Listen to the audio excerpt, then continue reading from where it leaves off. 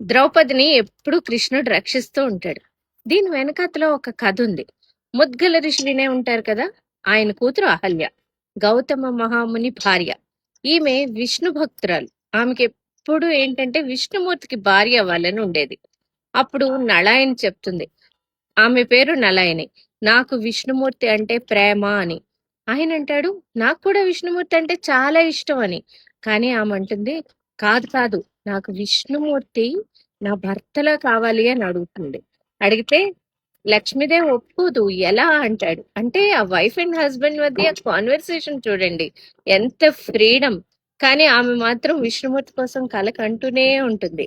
వీళ్ళిద్దరికి చాలా age gap, Mudgal ఋషికి నలాయనికి. లాస్ట్ ఎపిసోడ్ లో చెప్పినట్టు నలాయన నలుడు దమయంతి కూతురు. అయితే ఆమె అంటుంది, ఏదో ఒక దారి ఉంటుంది, నాకు ఎలా అయినా విష్ణుమూర్తి భర్త కావాలి అంటే అది ఈ జన్మలో అయితే సాధ్యం కాదు, కానీ నువ్వు శివుణ్ణి పూజించాలి, శివుడు మాత్రమే నీ కోరిక తీర్చగలడు అని ముద్గల్ ఋషి భర్త చెప్తాడు. నలాయిని జన్మలో అలాగా విష్ణుమూర్తి కోసం శివుణ్ణి తపస్సు చేస్తుంది అనమాట. ఒకరోజు శివుడు కరుణిస్తాడు. కరుణించి ఏం కావాలి అని అడిగితే, నాకు విష్ణుమూర్తి భార్య కావాలని ఉంది అని అడుగుతుంది. అంటే కాలేవు అని చెప్తాడు క్లియర్ గా. ఏదో ఒక దారి ఉంటుంది కదా, ఆయన నా పక్కనే ఉండాలి, కానీ ఆ మనిషికి విష్ణుమూర్తి లక్షణాలు ఉన్నా పర్వాలేదు అని అంటుంది. అయితే నువ్వు అలా ఉంటే సంతోషంగా ఉంటావా అని అడుగుతాడు.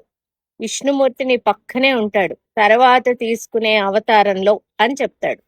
అలా నళాయిని ద్రౌపదిలా పుడుతుంది. అందుకే మీరు చూస్తే మహాభారతంలో వస్త్రాపహరణం సమయంలో, లేకపోతే ఆమెకు అక్షయ పాత్ర ఇవ్వడంలో, అజ్ఞాతవాసంకి వెళ్ళినప్పుడు, ఇవన్నీ కూడా కృష్ణుడు అసలు ఎప్పుడు ద్రౌపదిని రక్షిస్తూనే ఉంటాడు.